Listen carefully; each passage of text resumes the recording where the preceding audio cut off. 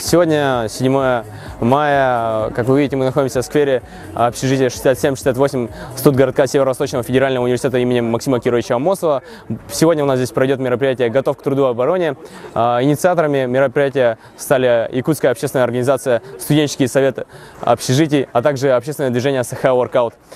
Суть мероприятия заключается в том, чтобы пропагандировать здоровый образ жизни, рассказать ребятам, что такое ГТО. Как все мы знаем, наш президент Владимир Владимирович Путин подписал указ о восстановлении программы физической подготовки «Готов к труду и обороне» с осени 2014 года. Мы решили поддержать эту инициативу и провести данное мероприятие.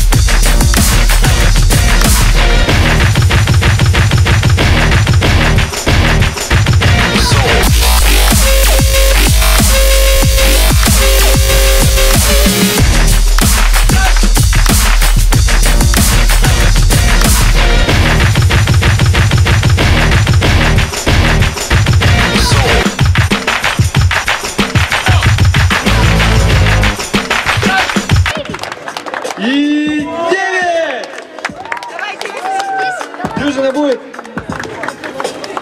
Давай, молодцы! Ну вот и закончились наши соревнования по воркауту. И совместно с организацией Саха Воркаут и с нашей организацией Объединенный студенческий совет общежитий. И участвовало у нас 9 участников, все студенты СУФУ. И третье место занял у нас Друзьянов Павел. Второе место занял Филиппов Евгений, студент мединститута, и Семенов Семен. Он стал чемпионом по ГТО.